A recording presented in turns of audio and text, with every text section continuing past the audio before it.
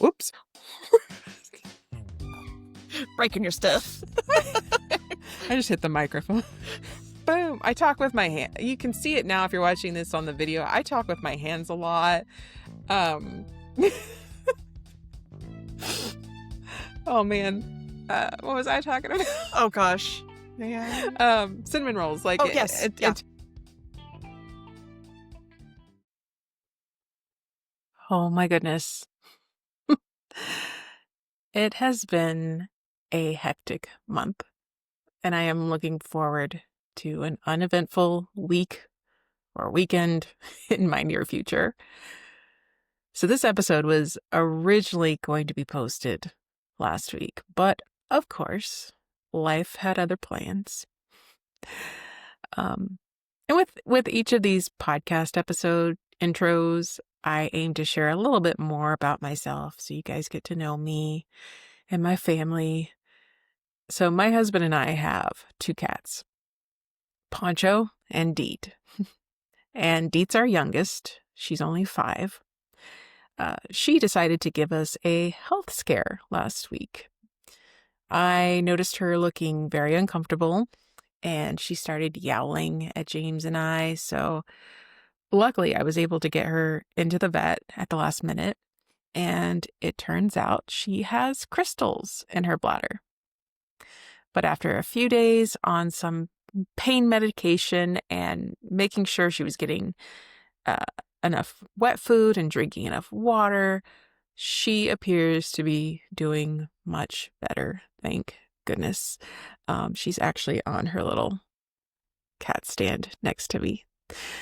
And you may or may not have noticed I'm like in a new corner of my apartment, and it's night. I waited till the last minute to record this intro. I kind of like it. I kind of like the moodiness going on, the moody vibe. You can't see the big mess that's behind me on the couch. I work from home. What can I say? But anyways, that was an emotional roller coaster for me. I have always loved animals, especially cats. And I'm home with these 2 little critters the majority of the time. And this part is a story for another day. But a few years ago, my husband and I found out we can't have kids. So these little animals are the closest I'll get to being a mom. But that's why I say all this, because that's why this episode was delayed by a week. But we're here. We're back on track. And let's switch gears to this week's recipe. Maple Snickerdoodles. They're soft, they're a little bit chewy around the edges, and they are full of maple and cinnamon flavors. And I I always know a cookie recipe was successful if my husband eats a whole bunch of them in one sitting. And he did just that with these cookies. So I use pure maple syrup in these cookies. But if you want a stronger maple flavor, I suggest adding maybe a half teaspoon to a teaspoon of maple extract. That's going to really help the maple flavor come through and be stronger. And this is a perfect cookie recipe for fall or for the holidays. And you can find this recipe on the Dessert Island food blog, and the link is in the episode description. Speaking of fall, it is the most wonderful time of the year. That's right. It is pumpkin spice season. It's officially started this week. Starbucks just came out with its pumpkin spice latte, PSL to the cool kids, and their other fall drinks for the season this week. And I have yet to get my Starbucks pumpkin spice fix, y'all. But we have some local coffee places here in the San Diego area that released their pumpkin drinks actually last week. I highly recommend Better Buzz's pumpkin cream cold brew. It's amazing, and I think it's better than Starbucks cold brew. Don't tell them I said that. All right, let's get to the meat and potatoes of this week's episode. My guest this week is the incredible Jenn Slavich. She is a fellow food photographer and recipe developer, and she is known for her sourdough and canning recipes. Not only that, but she's a mom, a wife, an ultra marathon runner, a former cake baker and decorator, and she's a fellow nacho enthusiast. I don't think I've talked about that on this show yet, but I love nachos. And we had an amazing conversation. I can and have talked to this Wonder Woman for hours on end. And this time, our topic was intimidation around baking and food. Jenn is here. Jenn is one of my most favorite people on planet Earth, maybe in the universe. Here's mine. Oh, yay. I'm so happy she's here. Jenn is a very talented food photographer and recipe developer. She specializes in sourdoughs and canning and turkey. You've done a lot of turkey. I did all the turkey. All the turkey. I think I'm done with turkey for a couple of years. So Lindsay and I talked a little bit about Pretty Focus last week, and that's how Jenn is connected to us. She went through the course. I might have coached you towards the end. I don't know. I don't know either. Long ago, too. It was a long time ago. I don't remember what happened. You might have had the pleasure of one. No, just joking. I know. But we go back then, and then she became a coach about a year and a half ago, and we got to meet in person at the Disney World trip. Lindsay and I talked a lot about that. So But much here fun. she, I it was guess amazing. part two for Part two. All we're gonna. I need Disney to pay me with how much we've talked about them. Yeah. Well, they used to. Fun fact, I used to work at Disneyland. That's right. Yeah. That's right. So Jenn, tell us a little bit about how you got started, like what ignited the passion for food and cooking and baking. Well, food, cooking, and baking. I was raised by a what we would call now as a crunchy mom. She was very hippie. She read all ingredients. We lived in an ingredient household before I knew what that was. So she made everything from scratch. Our bread, like we never ate out. She cooked every meal, like breakfast, lunch, dinner. It was like, she was like the Martha before Martha. And is that something you've kind of stuck to, like just baking and cooking from scratch? I was always around it. Mm-hmm. My great grandmother was like the baker who taught my mom. My grandma was like, no. So my mom like learned a lot from my great grandmother, and then she just encouraged us in the kitchen. So she did a lot of scratch and canning. She didn't do sourdough, but I don't think sourdough was like as popular as it is now when I was a kid. So she didn't do that. And I kind of like rebelled against it in my like late teens, early 20s, and then had kids of my own and decided like, yeah, so I started cake decorating and doing all of that. And then it just kind of like snowballed into just like I'm pretty creative. So I Oh just yeah. like to develop and think, oh, what would this, look like, or what would this taste like? And I just kind of became obsessed. And so it just like results into what I do now. I forgot that you used to bake cakes and decorate cakes for a living. Yes. Yes. And I got And in it because my kids wanted elaborate cakes for their birthdays. So I took those Wilton classes at Michael's, I love it. I a- love it. and that's how I learned how to decorate cakes. So Wilton owes us a little bit of money now too, and Yes. Michael's. Michael's, Wilton. Yep. I'm taking a look at Disney. Yep. They'll totally pay me. Yeah. Totally. Yeah. That's right. So I guess this week's episode theme, or the things I want to talk about, and this is kind of leaning into what you just talked about, is like I feel like there's some intimidation with baking and cooking and just being in the kitchen in general.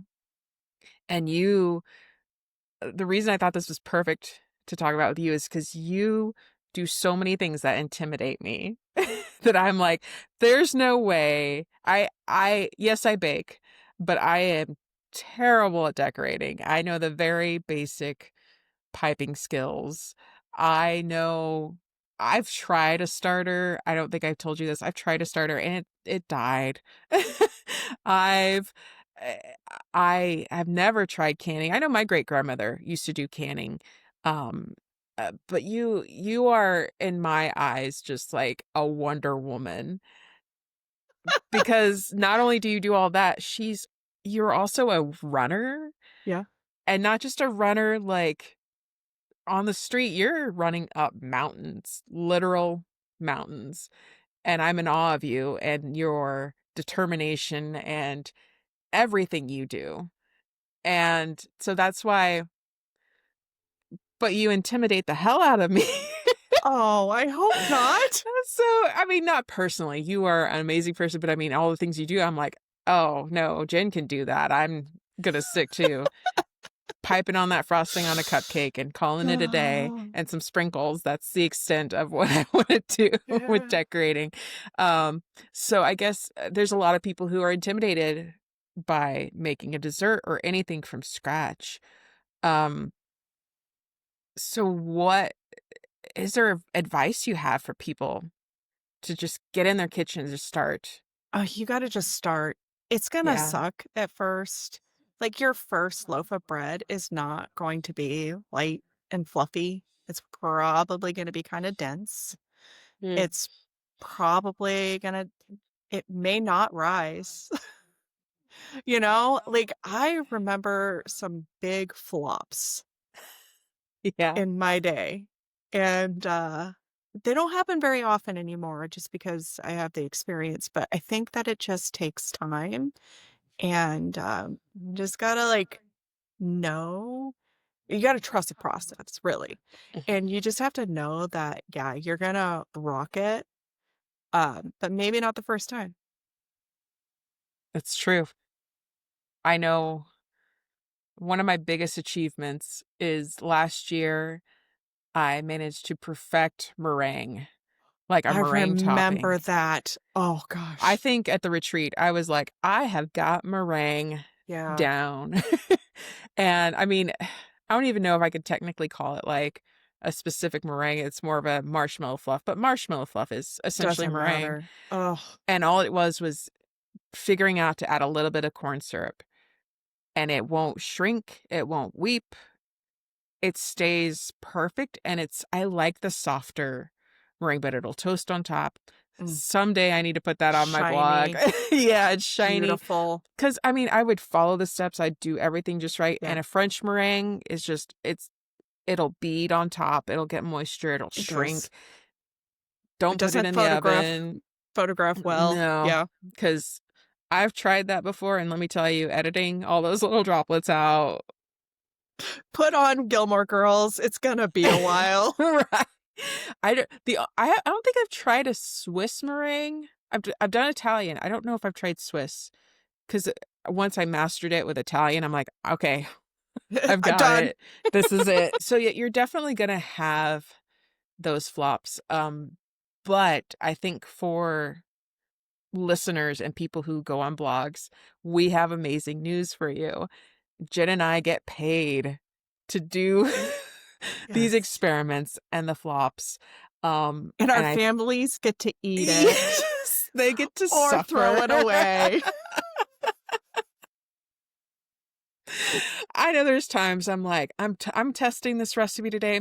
It's gonna be awesome first time. I'm taking it over to my friend's house, and I'm like, I am never letting that see the light of day. Yeah. Um, but the Or good when thing your is, husband only takes, like, a tiny little portion and then, like, leaves it, and you're like, "So you didn't like it, huh?" I've been very fortunate. My husband will eat a lot of things. So I mean, I know there's stuff he doesn't like, but most of the time he's not. He'll be like, "Okay, yeah, I can see where you're going there." But if it's just inedible, like, yeah, there's no way. Yeah. I'm like, I don't even want him to see it. I'm throwing it out. Um, but I guess that's like one of the I mean, I think it's a fun part of the job is just experimenting. Even if it Yes. doesn't come out right, it's just like, okay, because I'm such an analytical person, I get down to the science of the food and I'm like, all right, what did I do wrong? Let's see what's going on. I had a muffin recipe a few months ago that took me like 6 tries to get right because I was taking a base and they were lemon Oh, muffins. yeah. And when you add moisture and an acid and everything, it's Yep, just, but yep. now it's like, I got that base down. Mm, awesome. And it's like, okay, everything else is smooth sailing. And I think it's great that when you find that blog or that one person you trust Yes. that's done the work. Yes. And in our little um food World photography blog world industry, Jen is like, circle. yeah, she's becoming known as like the canning and sourdough queen. So I guess, are there any, you don't have to give everything away. Are there any free tips for like a sourdough or just bread in general for people? Don't add too much flour. That I think is, like, the biggest problem with a lot of these recipes is there's just they they scoop the flour and dump instead of, like, fluff the flour, and I exclusively, measure ingredients on a digital scale, so every single time, every test, I can be like, "Okay." And I add the flour very slowly into the dough, and now I Okay. have an eye, Yeah. like, I know exactly when enough flour has been added, like, what it looks like when it's being kneaded by hand or by, the KitchenAid mixer, however I wake up and decide this is how it's gonna go. Yeah. So I think it's the flour, really. And you use, just do you exclusively use like bread flour, all purpose? Um, I test I will I test with both. So okay. when a blogger is getting the recipe from me, they know what what they're gonna get out of either. Most kitchens have or exclusively all-purpose flour. So I wanna Yes. make sure that the, recipes reflect what most kitchens have. But Yes. sometimes it just isn't gonna be as good as bread flour. And for those people who may not know, um, I would say there's what, 3 different, I mean, there's lots of different types of flours, but sometimes with baking, you've got like cake flour, all-purpose flour, and bread flour. And And then if you you're have your self-rising flour. self-rising flour, you got wheat flour, you got Well, yeah. corn flour, lots of different flours. Yeah. But when I guess I'm specifically talking about like gluten levels Oh, too. mhm. So if you're ever out there and you're confused, like, why do I need cake flour? Like for a long time, I was like that, like cake flour, Less like gluten. it's like, yeah, it's like $20 versus the all-purpose flour, I mean, you and make your then own, but yeah. eh, cakes, you don't want to have the same texture as bread.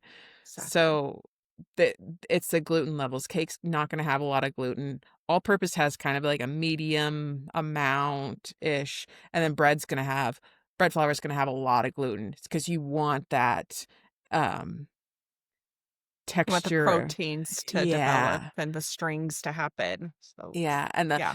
I guess I'm trying to think of how do you describe it, like, you want those holes, the little holes Yes. in the bread, and cake, you want a crumb that's just gonna be soft and melt in your mouth. Mhm. I Mhm. think that's how we can describe without being like, "Here's a piece of cake, here's a piece of bread." I mean, I I so in guess I my could have brought props. I know, I could have baked something. I've got some muffins in there. I don't uh, so, like, when I took a food science class at community college, one of our experiments at home was you're assigned a flour, and then you wet it, and you wash all of the starch out, Yeah. and you're only left with the gluten. And I had cake flour, Oh and gosh. mine had expired, and I didn't realize it, and so I'm rinsing and rinsing, I'm like, "There's nothing." And I went and bought new, and you could get, like, it's, like, just Yeah, a a little tiny bit. little rubber ball, Yep. and it's just the gluten, Yeah. and then we had to bake them. And then it was cool because I mean, it looked cool, but it wasn't the best tasting. It was a Well, because it was bland without Yeah, anything in it. yeah. It's just flour and It's like, water. "Oh, cool," and we had to take pictures of it, but, I mean, that still resonates with me. I'm like, I don't know why. It was such a fun experiment and something you can do if you're ever interested in seeing what happens. It's a great visual to understand what the gluten actually does within the flour. Yeah, yeah, it is, um, and we talked about you can make cake flour Yeah. with all-purpose. And it's just really like I don't know if you how you learned it, Jen, but, like, it's just taking a little bit of the regular flour out and adding and substituting it with cornstarch Mhm. and mixing it together, Yeah. That and was a there you trick go. from my mom. Oh, yeah. She just would have a huge pail of all-purpose flour, my grandfather worked at or, managed a, Whole Foods, like a wholesale, Yeah. restaurant supply, Yeah. uh, grocery store, and so we would just get, like, these big industrial, like, things for, flour, and so it was all-purpose flour, and then she had the gluten, and then she had the cornstarch, and so she just would make her own. That's awesome. So Jen and I, we are food photographers, but we also sell recipes to food bloggers. Um, and I also create the recipes for my blog as well. Part of that process is testing, not just writing, we're testing and testing and testing. And testing, And yeah. until I mean, some recipes, once you get them down and you have a good base, you don't have to do as much testing, but we want our bloggers to give their readers the best possible Yes. recipe because we want it to work for you, and our job is to make it so you don't have a failed recipe. Um, and part of that for me, and it sounds like for you, Jen, is making it accessible, not just in the ingredients that are there around everybody, but also price-wise. Oh, yeah. Like, Yeah. I think, especially in this day and age with grocery prices being astronomical, Mhm. Yeah. and we don't want you to have to go back to the store Yeah. and do it again Yes. because we know what that's like. We are willing to take that hit, Yeah. and we get paid for that. So, um, so out of all the things that you make now, what is your favorite type of recipe to develop? Right now see, I think uh these will change Oh, I'm as sure. the seasons go on, Yeah. but right now I am it's on a sweet roll kick. So I am Ooh, developing a ton of different flavors of cinnamon-esque rolls. okay. I have developed this base sweet roll that Okay. is just like chef's kiss perfect. It's soft, it doesn't take eggs anymore. It's just Oh my gosh. perfect, right? Okay. So I have this base and I've been adding different fillings. Mm. You'll see like next or this week coming up, a couple coming out, but one that I'm doing is cookies and cream. So there's Oreos inside Oh, with oh, a nice cream cheese drizzle. I mean, talk about never uh getting to be my thin self because I always got something in the kitchen. But I'd have to oh say right man. now it's sweet rolls and just the like different flavor combinations that you can do. I'm like you. I like the softer cinnamon rolls. Yep. Sometimes they're tough Yep. and the outside, I don't know if They I'm just look getting day. dry almost. Yes. Yeah. I don't know if I'm getting like I day want it old. to be just, like, collapsing on Mm-hmm. itself, almost Mm-hmm. melty. Mhm. Yeah. And so, whoops. Breaking your stuff. I just hit the microphone. Boom. I talk with my hand. You can see it now if you're watching this on the video. I talk with my hands a lot. Um oh man. What was I talking about? Oh gosh. Man. Cinnamon rolls, like Oh, yes. Yeah. so it's like I haven't done like the 24-hour Oh, yeah. rise or anything with that. But I was like, oh man, if this is how easy they are. Oh, I don't know if you do this. I do not anything that's a dessert that's rolled Mhm. and you have to slice. I don't roll it. No. Okay. Yeah, Look at no. us. No, no, L- no. 'Cause Listeners, you're gonna get oh, go ahead. I was just gonna say, listeners, we did not plan this. We did not discuss. I Go ahead, Jen. No, if you roll first, cut later, you're gonna end up with cones. That's where you have the cinnamon roll cones Oh. because you're tightening and you're not giving the, rolls enough time to expand. Because they ex you well, I allow them to, uh, double in size in the pan, and then they also rise again in the oven, and if you don't give them the proper spacing, then you have the cone. If you've ever had that happen, that's what happens is it's tight it's, rolled too tight, so if you cut them Uh-huh. and then roll them and then place them, you get a much prettier and, better results from your cinnamon rolls. See, I didn't know about the cone. I just didn't wanna squish them because when you Oh, roll that it too. and Mhm. then slice it, I'm terrible and it just squishes. Mhm. So I put the filling on Mhm. and I Pizza cutter. also yes, pizza cutter, and then I'll eyeball it and pizza cutter it to get, usually I'm doing like a dozen, so like Yep. 12 Yep. strips, and then you roll them up and, yeah, put them on the pan to rise. Sometimes I'm, like, really into making cheesecakes, and then other times I'm like, "No, let's get into, like, hardcore baking." You're the cheesecake queen, though. Oh, Thank you. man. Talk about intimidation. That is one dessert where I'm like, "Nope, nope." No-bake cheesecakes are much less intimidating. You True. don't but when it comes to real cheesecake, you're dealing with so many factors, but kind of like you with sourdough and with, everything, it's like experimenting and, like, getting it down, really. Yeah. Um, but you're talking temperature of the eggs, you're talking how many eggs, egg yolks versus whole eggs. Is there a water bath in there? How long you have it sit in the oven afterwards. And even if you do everything right, you could come out with a dreaded crack right down the middle of it. Yeah. Um, And I'm not a gambler. only with food am I a gambler. I'm just I don't need my heart broken where it's like, "I spent 6 hours and then you're cracked." I would throw it. I would throw it somewhere. I have thrown things in the kitchen if I am working I've gotten so mad, not at Oh, anyone in particular, just no, I at the get it. floor, just Yeah, like, "I'm yeah. done." I'll This clean it up. I'm gonna rage clean after this. it It's was fine. yeah, I don't gosh, this was back when I was first starting and I was supposed to be making this, like, Easter cake and every layer was a Ugh, different color, mm-mm. and they were just not Were they bleeding?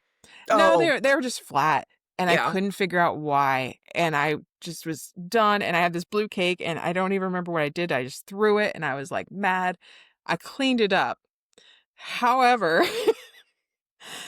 a few months ago, we had an issue with our oven, and we had to get a new oven, and they pull the old one out, and Was there there's blue cake crumbs under? under the oven, and I'm like, "Oh, this is embarrassing." So at like Oh, that just as happened on Sunday. What are you talking about? as they're transitioning the oven out, I'm getting the broom and like sweeping it up. I'm sure they came back in and be like, "Wow, look, this is much cleaner than when we just came in." But I was like, "Oh, that was like 2 years ago." Like, Oh, that is but hilarious. it was so gross. But I mean, who gets under their oven and like, I mean, some people I'm sure, but I mean, I'm in a Yeah. yeah, so that was embarrassing, Oh but my goodness. hilarious. I don't really throw cakes anymore. Not on Yeah. purpose. Sometimes Mm. things happen, but not on purpose. But cheesecakes are like a whole and then I hear some people are like, "Oh, you do a water bath?" I'm like, Oh, "Yeah." you I mean, have to. unless It's the you're law of a cheesecake. What are you talking It's about? It's like, are you not going to put water in the oven when you make French bread? Like, who yeah. are you talking to? So if you any listeners, if you don't so with a water bath, um, there's usually with baking bread, I think you're putting like a pan separate Oh, yeah. from it. With Yeah. anything custardy like a cheesecake, you're wrapping the springform pan or the pan in foil, or you can get special like covers for the pan, and you're putting it in the pan and filling that with water. So the water's surrounding it to help it keep that soft texture, but also steam to keep the top from burning. Yeah. And it's Um, only like an inch or two of yeah, water. it's So it's not like swimming in a no. vat of water. Right? But especially if you're using a springform pan, it could leak inside. So that's why With the I have foil. this, yeah, foil, or I have like a silicone cover now that I will put Oh, around it because I was getting some the leaks. days of silicone, man. That has Yeah. just been so handy for Right. bakers and cooks alike, man. Oh, Right. I haven't done a baked cheesecake in a while, but I want to do a lemon meringue oh, cheesecake with girl. like a lemon curd on top. A lemon That cheesecake with lemon is going to curd be and then delicious. yeah, talk about intimidating. My meringue, the cheesecake. I think I'm going to phone it in with the curd and just get You might jarred as lemon curd. well. Yeah. I don't know. I think it sounds like you need to make that too. Oh no. You get the whisking Oh, hand. gosh. Although I do Was that have tennis elbow? oh and you're like, "Come please, just stop." Yeah. So with the curd, you have to keep whisking over stove. I do have a immersion blender with a whisk attachment though, and Oh, yeah, that those are lifesavers. you just have to be careful not to splatter it because the two speeds it has are fast and very fast. Yeah, but I mean, are you really a baker without splatter on your ceiling? Come on That's now. that's very true. Or like in your microwave, like Oh ugh. gosh. When you have people over and you're like, you think you cleaned everything, and then you open up the microwave and you're like, I forgot the butter exploded yesterday. Uh, I swear, I think the only thing that I use the microwave for is for like, I don't know why I do it. I shouldn't because I get mad every time, but is melting butter and it explodes every single time. You would think I would learn and just do it over the stovetop, but no, Is it cold or is it room temperature? it's cold. It's me trying to like speed up the process where it's like Yeah. I and then you've got like two chunks of butter like on the tray. It's not even melted. It's just like the center cup. Like, yeah, it's like a big crater in the middle. Yeah. And you think you put it in for like 30 seconds and you're like, okay, no popping. You're good. And then it's always the second 30 seconds for me that's like, boom. you're like, And it's, ah, I, I sometimes will put like a Tupperware lid on top. Like I'll do it in a I bowl. should. and I'll put that on top, but Yeah. sometimes the explosion will move it. I'm burping, I'm sorry. Just coming out of nowhere. It happens. We're It humans. does. It's a human thing. But so we're talking about kinda like cake decorating and dessert decorating. Yeah. I had a few recipes when I was starting out that I did that were pure decoration, like, the type of desserts, like, I did these vampire teeth cookies, Okay. and it's just pre-bought chocolate chip cookies with frosting, and then you do marshmallows for the teeth. You Yeah. sandwich it together very difficultly Yeah. difficultly, and, and then And you put little carefully. yeah, and carefully because 'cause they're not gonna they're half cookies too. Yeah. They're not full cookies, and then Right. you put little almond slivers for the vampire teeth, Yeah. and I hated it. I don't even think I ate it because 'cause I'm like, "This is just Yep. pure sugar." Yep. So one thing I do on my blog and a lot of my recipes is I focus on, like, seasonal flavors Mm. and letting those do the talking instead of the decorations. Yeah. Did you when you baked on I guess, where do you stand kind of, like, with that? Is that more of your jam, or do you miss, like, the decorating? Oh, I hate the decorating. Okay. I hate it. I hate it. I go for taste.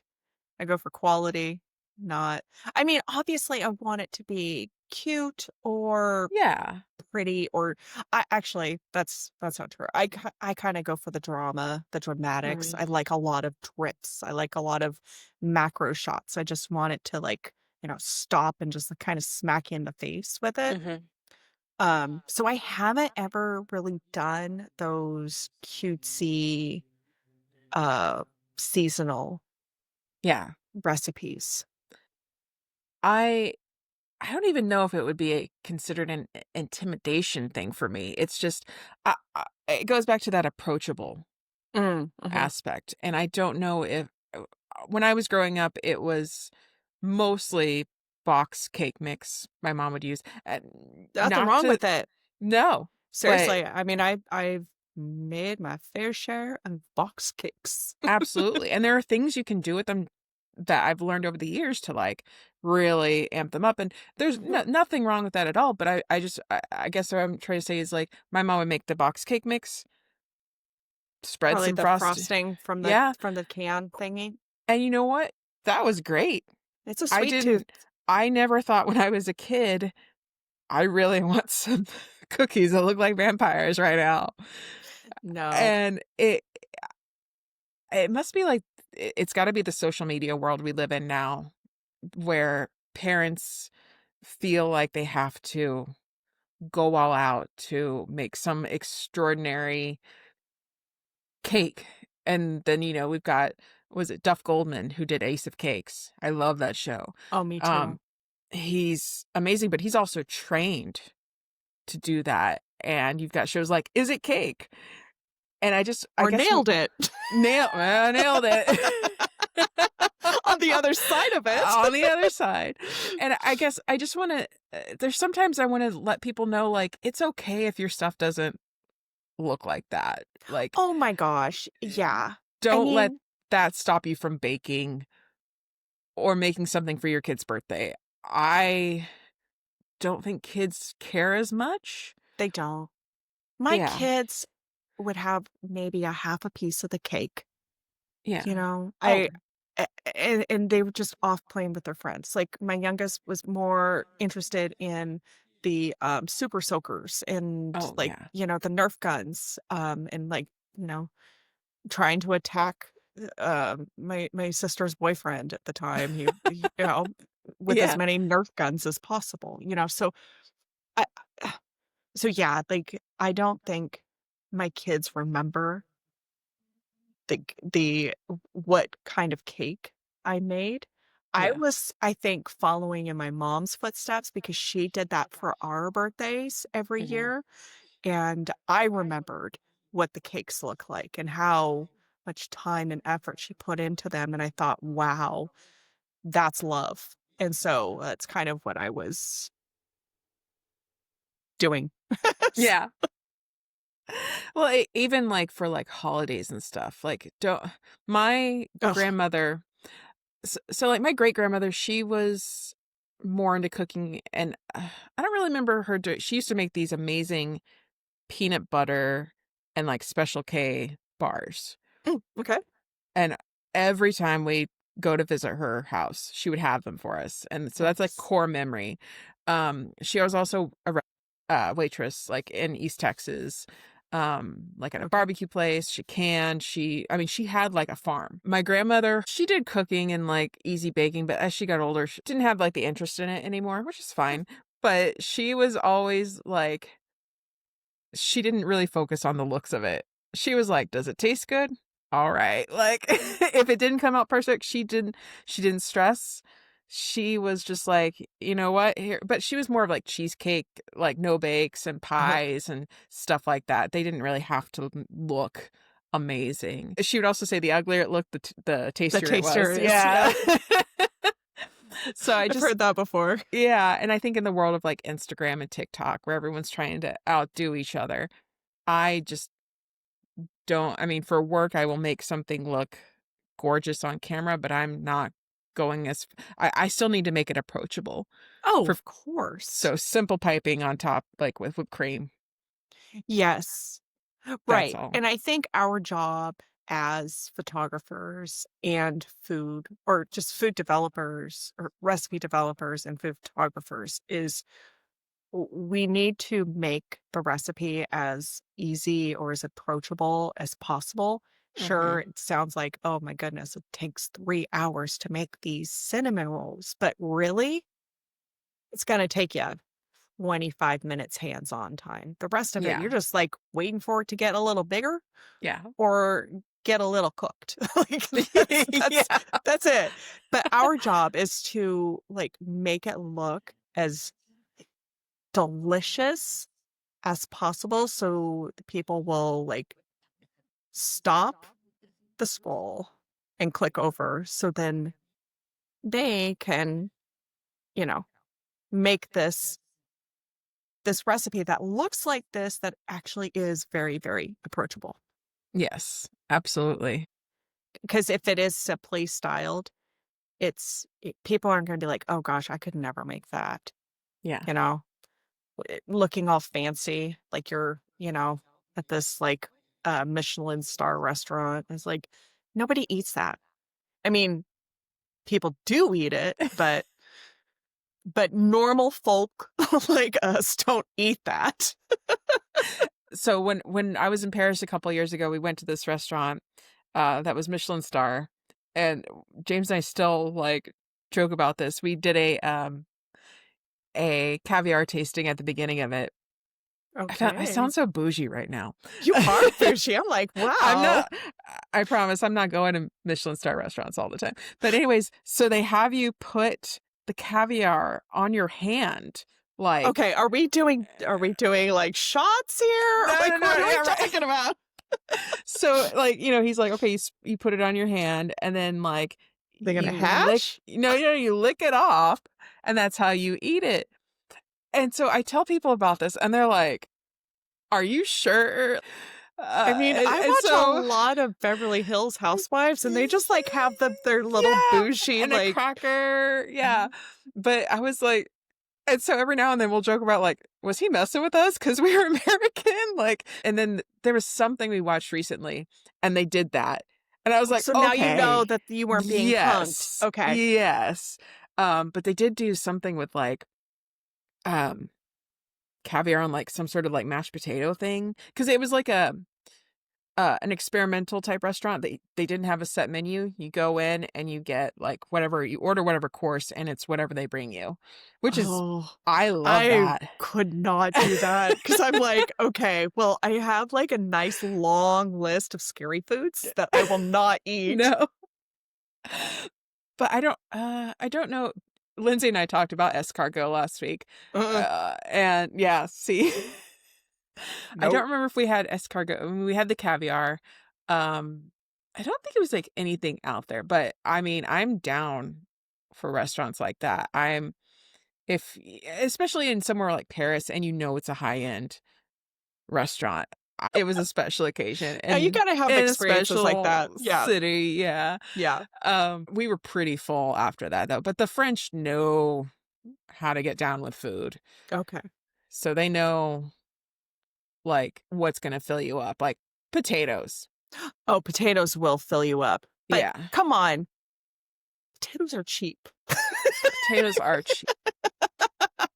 We had some good fish. I had a wine pairing, so, like, Okay. it was a good night, like and it was, like, 6 or 7 courses, so it was a lot. So, some of these, like, I couldn't get by with, like, a 3 course of, like, "Here you go, here's your Right? Here's entree." like a Yeah, sliver of radish. Like, yeah. okay, thanks. And some like foam on top. I mean, I Oh, watched The Bear. I know. I love the bear. No, the foam thing I can't get behind. No. No, I'm just, No. no. But talk about intimidation, like, I know some people would see French food, even just here, like a French restaurant, and be like, "Oh, no, I don't know." But, I mean, I think if you go in with an open mind and you kind of and I mentioned last week, I'm an adventurous eater. I will eat escargot. I've had haggis. I've What I don't know what that is. haggis? Yeah. Oh, you definitely Uh-oh. wouldn't eat it, I don't Oh, think. probably not. It is a Scottish, uh, cuisine, or Okay.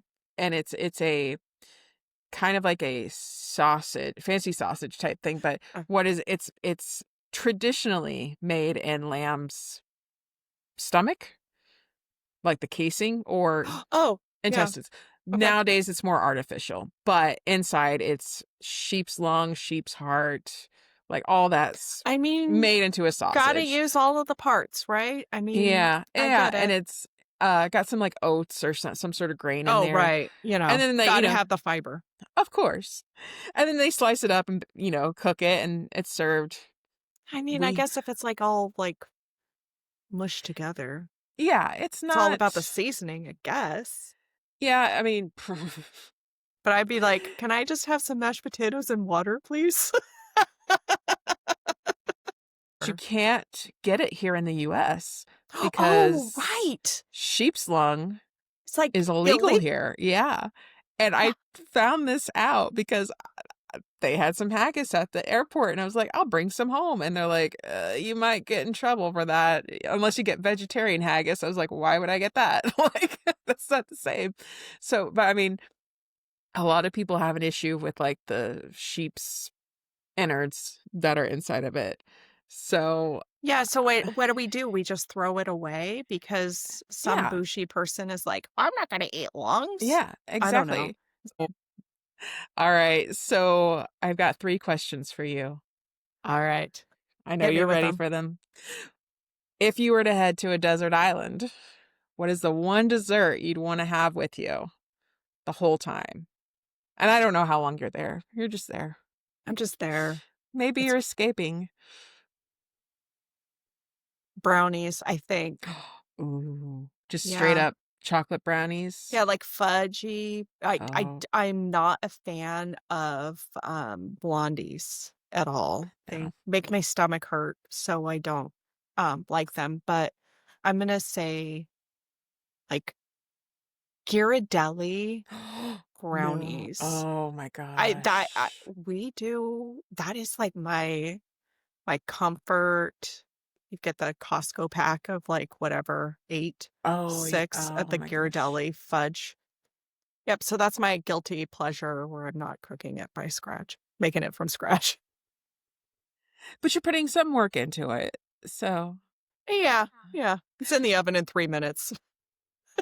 and I love the Ghirardelli brand. Like, Mhm. they're so high end, like, they're, like, Dutch processed cocoa. It's a little more expensive, but, It's oh, so so worth it good. because Mhm. I was like, "Well, we need to cut costs and I want some brownies." So we got, like, I think we got some Duncan Hines that were on sale, Oh, and we made it, and I was like, this just tastes like sugar. Where's the chocolate, you know?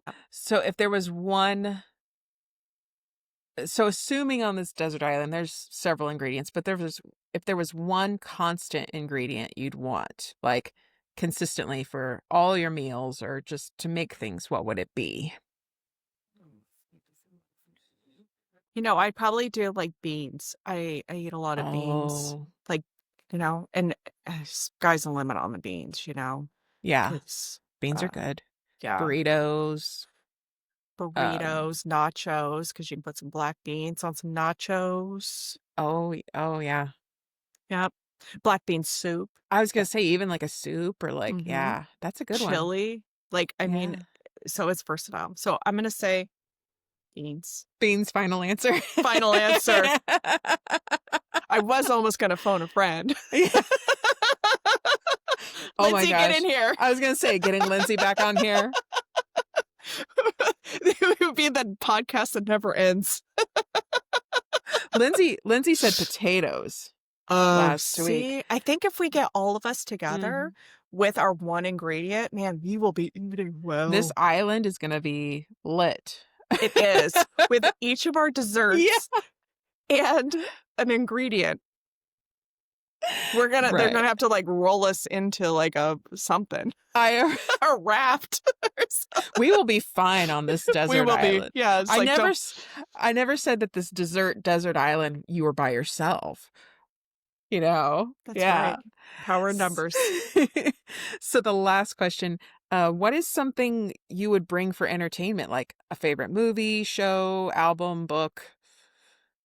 And it's just one that you could like do over and over again.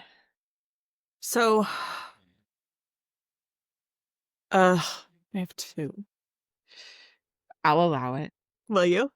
I'll allow it. I'm so special, and they're totally like they're the total polar in, opposites. in this hypothetical situation, I will Yeah. allow it. Okay, so only in the cold months do I partake in this, but it is the Gilmore Girls complete series. Okay. Okay. And that's only when it gets cold and dark. I just Okay. need I Comfort need show and mhm. mhm. But when the sun starts coming out and I get to enjoy being alive again, it's the Nirvana Unplugged album. Ooh, Yep. I didn't know that about you. I mean, you're I am millenn of age. yeah, I was gonna say you're a millennial, like, Yep. I think we all have some sort of Nirvana on some sort of playlist somewhere. I watched it live the first Oh, time and was like jaw dropped. So I'm like technically a Gen X, but yeah, you're cusper. barely. Yeah, you're Yeah. cusper. But Yeah. when people talk about like all of the stuff in the 80s, I Yeah. don't relate because I graduated high school in the late 90s and yeah.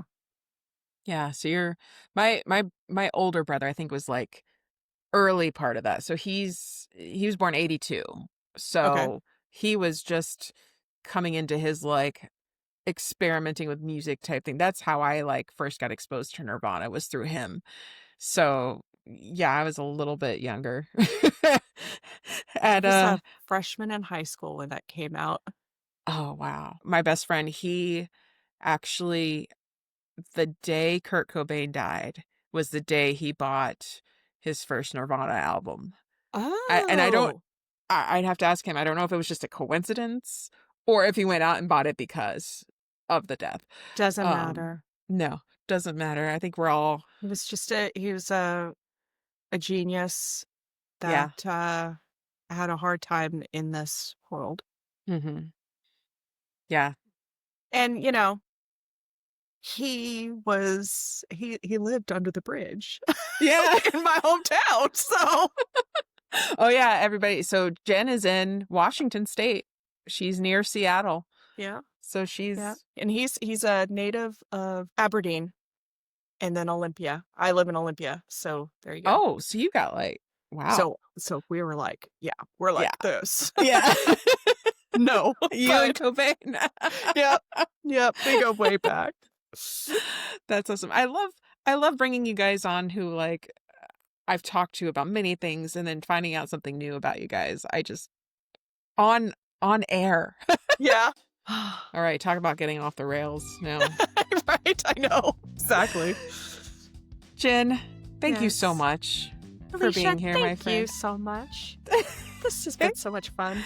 You are, again, you're such a Wonder Woman. You are so knowledgeable about what you do and all the food you make and the recipes, and I'm in awe of you. I am You're in such awe a- of you. Oh, Thank you. now this is just turning into a love fest. I so know. Yeah. We should probably end it now. Probably, but we might be a little bit more entertaining. Definitely. Thank you. Yes, thank you, Alicia.